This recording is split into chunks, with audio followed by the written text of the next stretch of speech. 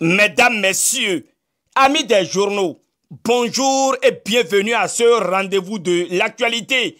Les députés de la 7e législature seront convoqués pour une plénière le mardi prochain à l'Assemblée nationale pour l'étude en procédure d'urgence après les 2 propositions de loi sur les élections.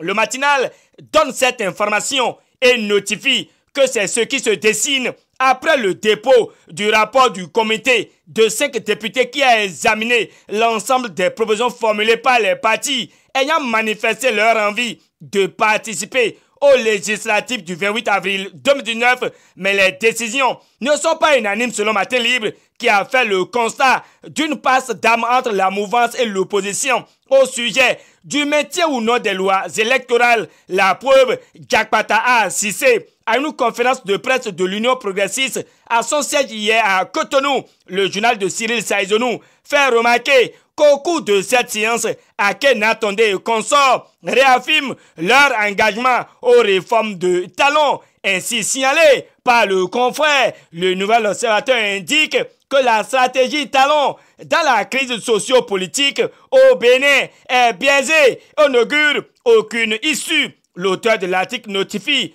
que tels sont les propos de candidat Zanaï et de son parti Restaurer l'espoir face aux hommes des médias dans la soirée d'hier. Le Nouvel Observateur étale que c'est l'ultime occasion choisie par ce parti pour faire une analyse profonde de l'impasse que traverse le pays. 4 points essentiels étaient à l'ordre du jour, martèle le confrère, avant d'exposer que l'honorable Guy Tokpe, dans une déclaration, a évoqué qu'un état des lieux de l'actualité politique nationale s'avère nécessaire. Le Nouvel Observateur explique que selon eux, le tableau est sombre et la peur gagne tous les Béninois, car le pouvoir en place n'est plus à la hauteur des exigences, surtout en cette période électorale. Le confrère relate que les conférenciers jettent un discrédit sur la Sénat, mais proposent pour sauver la démocratie béninoise, la démission et l'arrestation de tous les membres de la Sénat,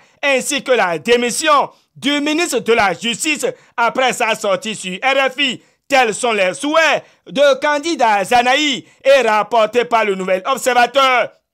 C'est avec l'affichage des institutions telles l'Assemblée nationale, la Haute Cour de justice, la Sénat et autres que la dépêche parle de l'enlisement du processus électoral et gouvernemental au Bénin. Déçu, l'imprimé clarifie qu'il y a le complot des institutions de la Sénat à la Cour constitutionnelle. La dépêche a fait le constat d'un clair-obscur, mais le journal signale que les Béninois attendent les bras croisés pour voir les fruits des différentes concertations entreprises par le président de l'Assemblée nationale, Maître Adrien Ngwedi, mandaté par le chef de l'État, à l'effet de trouver une porte de sortie à l'impasse. Si Dynamisme Info balaie du revers de main les allégations des fautes mineures qui discréditent la Sénat, 5 minutes note un échec mordant des contre-pouvoirs dans la crise préélectorale. De son côté, Nord-Bénin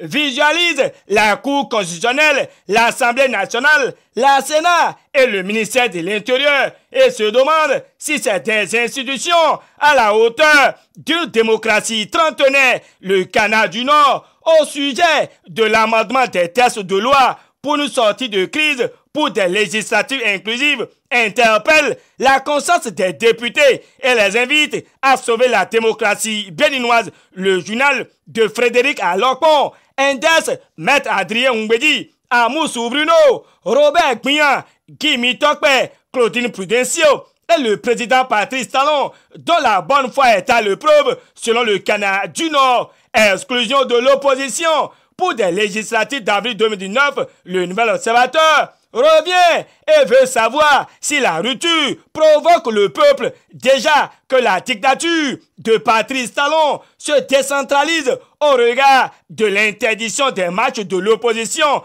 par les mairies et préfets. Mais le pays émergent voit que le maire Georges Bada file de mauvais coton avec pour titre interdiction d'une marche pacifique de l'Union sociale libérale à Bomé-Calavi. Dynamisme Info, en manchette, cherche à savoir celui qui veut compromettre les efforts de décrispation de la tension sociale dans une ironie déguisée. Le journal de Parfait Boko écrit que Talon n'est pas assurément le demandeur supposé. Abandon de la course pour les législatives par Mouel Bénin. L'événement du jour clame que Jacques Ayadi dément, rassure les militants et propose des pistes de sortie de crise. Le matinal dans ses colonnes donne une précision des propositions de Mouel Bénin pour une sortie de crise préélectorale. Oui, Ayadi dévoile la position de son parti Mouel Bénin, martèle le Béninois libéré. Or, selon la nation, l'Union progressiste est prête pour la compétition et invite, selon l'opinion aujourd'hui, les partis politiques à rompre avec tout immobilisme conservateur. Cet élan de l'Union progressiste n'a fait aucunement la procédure d'urgence en cours à l'hémicycle. C'est pourquoi l'événement du jour relève qu'à l'Assemblée nationale ce jour s'ouvre la conférence des présidents parlementaires. À présent, parlons des efforts consentis par les uns et les autres. La nation prend la tête en la matière et aborde le financement du programme d'action du gouvernement conformément au quotidien du service public. Déjà, 3 929,5 milliards de francs CFA sont déjà mobilisés. L'auteur de l'article indique que c'est ce qu'il convient de retenir des membres du gouvernement qui étaient face aux partenaires techniques et financiers hier de Cotonou.